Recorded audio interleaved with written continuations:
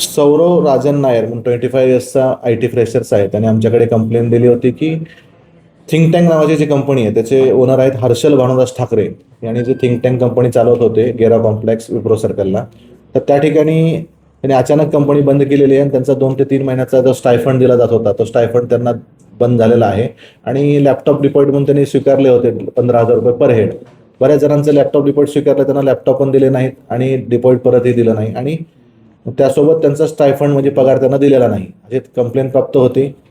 त्या कंप्लेंटच्या याच्यानुसार 25 ते 30 लोकांना इतर आम्हाला अप्रोच झाले. त्याप्रमाणे आम्ही त्यांचे एकूण ऑफिस रजिस्टर केलेलं आहे आणि त्याच्यामध्ये जो मुख्य आरोपी हर्षल भानुदास ठाकरे याला काल नाशिक येथून अरेस्ट करण्यात आलेला आहे.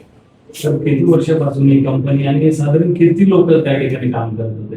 आता त्याचे तपास सुरू आहे. प्रायमरी आम्हाला 22 ते 25 मध्ये त्यांचं रिसर्च अँड डेव्हलपमेंट सुरू होतं असं स्पष्टीकरण देत आहेत आणि 25 पासून ह्या लोकांना त्यांनी त्या ठिकाणी कामासाठी घेतलं होतं आणि त्यांना काही प्रशिक्षण आणि इतर काम त्यांच्याकडून करून घेत होतं आणि त्याचा पेमेंट किंवा स्टायफंड त्यांना दिलेला नाही अशी तक्रार आहे आपल्याकडे.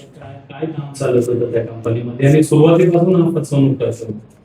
नाही, आतापर्यंत तर आमच्याकडे कुठल्या कंप्लेंट प्राप्त नव्हत्या. या मागील 15-20 दिवसात ह्या कंप्लेंट 25 ते 30 लोकांचे आमच्याकडे स्टेटमेंट आलेले होते. यापूर्वीच आता बॅकग्राऊंड आम्ही तपासतोय, सध्या तपास करतोय. हा जो आरोपी याचं बॅकग्राऊंड काय आहे, त्याचं त्याच्या वगैरे काय होतं? सध्या प्रायमरी इन्क्वायरी सुरू आहे आमची. तर प्रायमरी इन्क्वायरीमध्ये त्याच्याकडे कुठलाही असा काही मोठा प्रोजेक्ट नाही की तो 100-200 मुलांना रोजगार देऊ शकतो. असा कुठलाही प्रोजेक्ट किंवा त्याच्याकडे कुठलाही असं सॉफ्टवेअर डेव्हलप केलेलं आहे, मार्केटमध्ये सेल केलेलं आहे, त्यातून उत्पन्नाचा सोर्स आहे असं काही दिसून येत नाहीये. तर त्याचा सविस्तर तपास आम्ही करत आहे. शिक्षण वगैरे काय?